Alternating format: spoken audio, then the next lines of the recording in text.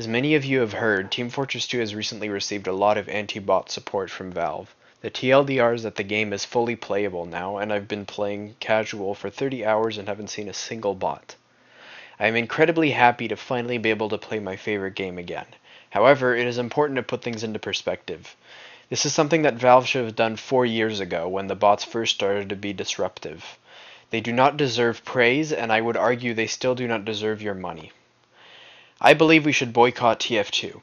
If the bots come back, this is obvious, but I'd argue we should still not give Valve a dime until they start treating TF2 like the live service they want it to be. I know that even saying the word live service gives people a bad taste in their mouths, but when I say live service, I mean what Valve used to do for TF2.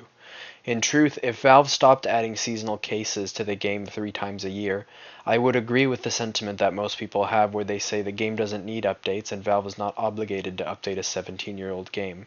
Unfortunately, they continue to pump microtransaction options into the game, and thus deserve the same treatment as other live service titles. A game like TF2 should receive a major update at least once a year. I'm talking updates on the scale of Jungle Inferno with new maps, weapons, balance changes, and other improvements to the game. If this happens and Valve continues to keep the game 100% bot free, then I would highly encourage anyone to give Valve money because it would be a fair transaction. We get content, Valve gets money. I realize this might be a lot to ask and that most people who play this game have never seen a major TF2 update, but it is what we should do if we want the game to grow and present us with new gameplay opportunities, new unique gameplay. Now, to the people that say, if we boycott the game, Valve will just shut it down. No, this will not happen. Valve will lose a ton of money across all their games with microeconomies if one gets shut down. Dota 2 and Counter-Strike players will realize that their backpacks worth thousands of dollars don't actually mean anything. There's absolutely zero chance that Valve will shut down any of their games with economies, no matter what we do. To the people who say TF2 is perfect as it is, I didn't like Meet Your Match, and I want the game to stay the same. I don't want TF2 to become like one of those live service games that change every few months. I'd say this is a pretty fair concern. There are objectively a lot of things in TF2 that could be improved though. A lot of weapons that are entirely useless, such as the Eviction Notice, Sandman Sun on a Stick, the Reserve Shooter on Pyro, the Hot Hand, the Thompson 6000, the Enforcer, and the Righteous Bison, and others that are in desperate need of a buff, such as the Tribalman's Shiv, medic primaries that aren't the Crusader's Crossbow, Southern Hospitality, Base Jumper, Sharpened Volcano Fragment, the Equalizer, and the Liberty Launcher. The game could be objectively better if these items saw play.